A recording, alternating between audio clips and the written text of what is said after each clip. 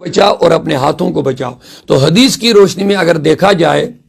جو محققین نے تحقیق فرمائی ہے، تو موجودہ وائرس جو کووڈ-19 کے تناظر میں اگر دیکھا جائے تو حضور صلی اللہ علیہ وسلم نے جو فرمایا وہ واقعی آج ہمیں نظر آ رہا ہے، لہذا ہمیں چاہیے کہ اس میں حضور کے فرمودات پر عمل کریں۔ اور دوسری ایک مشہور حدیث ہے، میرے آقا کریم نے فرمایا وبا ہو، طاعون ہو، وہاں پہ رہنے والا شخص باہر نہ نکلے، اور اگر باہر کوئی شخص ہے تو اس کو چاہے کہ وہ اس وبا کی جگہ پہ نہ جائے۔ میرے آقا نے یہ بھی فرمایا کہ لا عدوہ، اسلام میں چھوت چھات نہیں، یعنی یہ عقیدہ نہیں رکھنا چاہیے کہ بیماری لگ جاتی ہے، یا سے بھی گریز کرتے تھے، پرہیز کرتے تھے۔ اسی ایک وہم اور توہم پر اور برے فاسد اور عقیدے سے رسول اللہ نے ہمیں نکال دیا، لیکن ساتھ میں یہ بھی فرمایا کوڑ والی بیماری سے پرہیز کرو۔ تو اس کا یہ بھی مطلب ہے کہ بیماری لگ بھی سکتی ہے، ہمیں اس کا عقیدہ رکھنا چاہے۔ لیکن اگر ہم جموں کشمیر کی بات کریں اور بالخصوص ویلی کی بات کریں تو یہاں مسلم آبادی بہت زیادہ ہے، تو ہمیں اپنے آقا کریم کے فرمودات پر عمل پیرا ہونا چاہیے، اور جو ہمیں حضور کے دیے ہوئے اصول ہیں، اگر آج 1400 صدیاں گزرنے کے بعد طبی ماہرین یا ایڈمنسٹریشن اس بات کے اقدامات اٹھاتے، تو ہمیں حضور نے 1400 سال پہلے اقدامات اٹھانے کی بات کی ہے، کوارنٹین ہونے کی بات بتائی ہے، اور اپنے آپ کو محفوظ اور اپنے ہاتھوں کو محفوظ کرنے کی بات بتائی ہے۔ ان چیزوں پر ہم سب کو عمل کرنا چاہے۔ نظر مذہب ہے ایک 2 منٹ میں بالکل تراویح ایک اللہ تعالیٰ کا پسندیدہ عمل ہے، البتہ اس میں جو کہ موجودہ وائرس ہے، اور دوسری طرف تراویح ہے، ہمیں تراویح بھی پڑھنی ہے، نماز بھی ادا کرنی ہے، چونکہ حکومت یا ایڈمنسٹریشن نے ابھی تراویح پہ کوئی پابندی نہیں لگائی ہے، البتہ انہوں نے جو ہدایات جاری کی ہے ہمیں ان کو فالو کرنا چاہے۔ اسلام میں بھی ان چیزوں کی اجازت ہے اور وسعت ہے، سوشل ڈسٹینس، ایک دوسرے کی دوری رکھنا میں ہے۔ آقا کریم صلی اللہ علیہ وسلم کی مسند احمد میں یہ مشہور حدیث ہے، فرمایا اکفف نفسک، اپنے آپ کو بچاؤ، اور خصوصیت کے ساتھ میرے آقا نے فرمایا ویدک، اور اپنے ہاتھوں کو بچاؤ، ودخل دارک، اپنے گھر میں داخل ہو جاؤ، اپنے گھر میں داخل ہو جاؤ۔ تو سوال ہوا یا رسول اللہ صلی اللہ علیہ وسلم، اگر ہم گھر میں داخل ہو جائیں گے تو ارائیت ان مرنا پڑے گا تو مر جاؤ، لیکن ہاتھوں کو نہیں کھولنا، اس حالت کو تبدیل نہیں کرنا۔ تو اب میرے آقا کریم نے فرمایا اپنے آپ کو بچاؤ اور اپنے ہاتھوں کو بچاؤ۔ تو حدیث کی روشنی میں اگر دیکھا جائے، جو محققین نے تحقیق فرمائی ہے، تو موجودہ وائرس جو کووڈ-19 کے تناظر میں اگر دیکھا جائے تو حضور صلی اللہ علیہ وسلم نے جو فرمایا وہ واقعی آج ہمیں نظر آ رہا ہے، لہذا ہمیں چاہیے کہ اس میں حضور کے فرمودات پر عمل کریں۔ اور دوسری ایک مشہور حدیث ہے، میرے آقا کریم نے فرمایا وبا ہو، طاعون ہو، وہاں پہ رہنے والا شخص باہر نہ نکلے، اور اگر باہر کوئی شخص ہے تو اس کو چاہے کہ وہ اس وبا کی جگہ پہ نہ جائے۔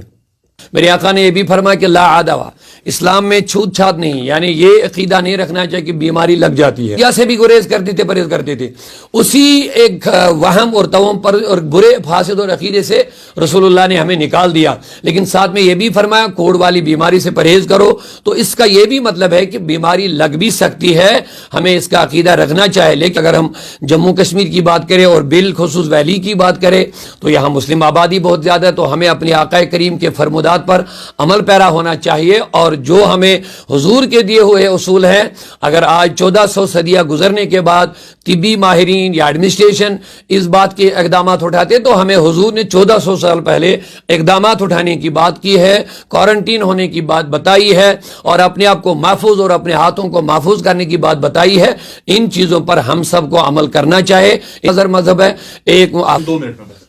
بالکل تراویح ایک اللہ تعالیٰ کا پسندیدہ عمل ہے، البتہ اس میں جو کہ موجودہ وائرس ہے، اور دوسری طرف تراویح ہے، ہمیں تراویح بھی پڑھنی ہے، نماز بھی ادا کرنی ہے، چونکہ حکومت یا ایڈمنسٹریشن نے ابھی تراویح پہ کوئی پابندی نہیں لگائی ہے، البتہ انہوں نے جو ہدایات جاری کی ہے ہمیں ان کو فالو کرنا چاہے۔ اسلام میں بھی ان چیزوں کی اجازت ہے اور وسعت ہے، سوشل ڈسٹینس، ایک دوسرے کی دوری رکھنا۔ حدیث میں اس کی وضاحت ہے، اگر وہ رکھنی پڑے گی تو رکھنا چاہیے، اور ماسک اگر استعمال کرنا پڑے نماز میں، اگر ایڈمنسٹریشن نے اس کے احکامات صادر کیے ہیں تو ہمیں ان چیزوں کو فالو کر لینا چاہیے، اور نماز اور تراویح باجماعت ادا کر لینا چاہیے، لیکن احتیاطی تدابیر ہمیں کر لینی چاہیے۔ حضور صلی اللہ علیہ وسلم نے اس کی ہدایت فرمائی ہے۔ بھی ہے انسانیت اور وبائی امراض جنہوں نے کروڑوں کی جانیں لے لی ہے، یہ سلسلہ چل رہا ہے اور آگے بھی ہو سکتا ہے، اللہ رحم کرے۔ لیکن ہمیں کیا چاہیے، پیغمبر اعظم نے ہمیں اس بارے میں بہت سارے رہنما فرمودات، ہمارے ارشادات فرمائے، ہمیں فالو کرنا چاہیے چونکہ حضور مکمل رہنما ہیں، لہذا ہر ایک چیز کی رہنمائی ہے۔ میں زیادہ وقت نہ لیتے ہوئے ایک حدیث پاک آپ کے سامنے عرض کرنا چاہوں گا جو بہت ہی مشہور و معروف حدیث مبارک ہے۔ حضرت عبداللہ بن مسعود رضی اللہ تعالی عنہ سے روایت ہے۔ اس کا عربی متن نہ پڑھوں گا کیونکہ وقت کی کمی ہے، اس لیے صرف اس کا مفہوم میں آپ کے سامنے عرض کرنا چاہوں گا کہ پیارے آقا صلی اللہ علیہ وسلم نے فرمایا کہ تکون فتنہ، ایک فتنہ رونما ہوگا قرب قیامت، چونکہ حضور علیہ السلام کی بہت ساری جو پیشن گوئیاں حضور کی ہیں قیامت، قرب قیامت کے بارے میں، ان میں ایک یہ بھی ہے کہ ایک فتنہ۔ اب فتنے کی بہت ساری وضاحت ہے، لیکن علماء کرام بہت سارے جو اس پر متفق ہے کہ یہ جو وفا ہے یہ بھی ایک قسم کا ایک فتنہ ہے، ایک آزمائش ہے اور ایک قسم کا عذاب بھی ہے۔ تو حضور علیہ السلام نے فرمایا اس فتنے میں، قرب قیامت میں جو ایک فتنہ بپا ہوگا، اس فتنے میں النائم فیہا خیر من المضطجع، اس میں جو ٹیک لگایا ہوگا انسان اس سے بہتر وہ ہوگا جو سویا ہوگا رہے گا، یعنی سونے والا انسان اس میں ٹیک لگانے والے انسان سے بہتر ہے، اور ٹیک لگانے والے سے بہتر وہ انسان ہے جو بیٹھنے والے سے بہتر وہ ہوگا جو ٹیک لگایا ہوگا، اور جو بیٹھے والا آدمی ہوگا اس سے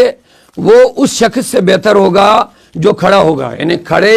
کھڑا جو انسان ہوگا اس فتنے میں بہتر وہ انسان ہوگا جو بیٹھا ہوگا، اور اب جو کھڑا ہوگا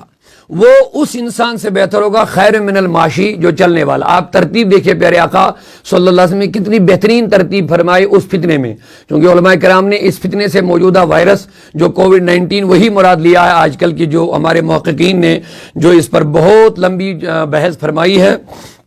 آقا نے فرمایا اب جو چلنے والا ہوگا والماشی خیر من الراکب، اور جو چلنے والا ہوگا آہستہ سے تو وہ اس سے بہتر ہوگا جو سواری پر چل رہا ہوگا۔ سواری پر چلنے والا وہ زیادہ بہتر ہوگا اس انسان سے جو تیز رفتاری سے چلتا ہوگا۔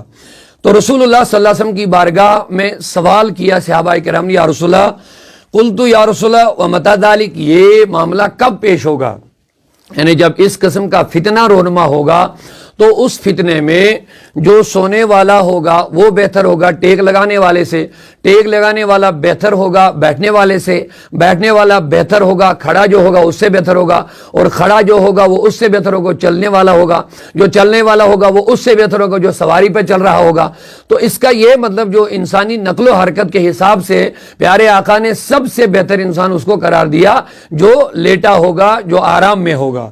اب صحابہ نے جب یہ فتنے کی بات سنی اور اس میں جو حضور نے تدابیر بھی فرمائی کہ کون اس میں بہتر رہے گا، تو آقا کریم کی بارگاہ میں سوال ہوا متی ذالک، یا رسول اللہ صلی اللہ علیہ وسلم یہ کب واقع ہوگا یہ فتنہ؟ تو میرے آقا کریم صلی اللہ علیہ وسلم نے فرمایا ذالک ایام الحرج، ذالک ایام الحرج، یہ حرج کے ایام ہوں گے۔ تو سوال ہوا یا رسول اللہ متی ایام الحرج، تو ایام حرج کب ہوں گے؟ تو پیارے آقا صلی اللہ علیہ وسلم نے کتنی بہترین بات فرمائی، فرمایا حین لا یأمن الرجل جلیسہ، جب ایک انسان اپنے ہم نشین سے بھی بے خوف نہیں ہوگا، امن میں نہیں رہے گا، یعنی جب دو انسان قریبی ہوں گے ایک انسان دوسرے ہم نشین سے محفوظ نہیں ہوگا، بے خوف نہیں رہے گا۔ تو اب آپ یہاں میرے آقا کریم صلی اللہ علیہ وسلم نے اب اس وقت تدابیر کیا فرمائی؟ قال قلت فما تأمرنی ان ادرکت ذلک، عرض کی گئی یا رسول اللہ اگر ہم یہ زمانہ پائیں گے تو ہمیں کرنا کیا چاہیے اس وقت جب یہ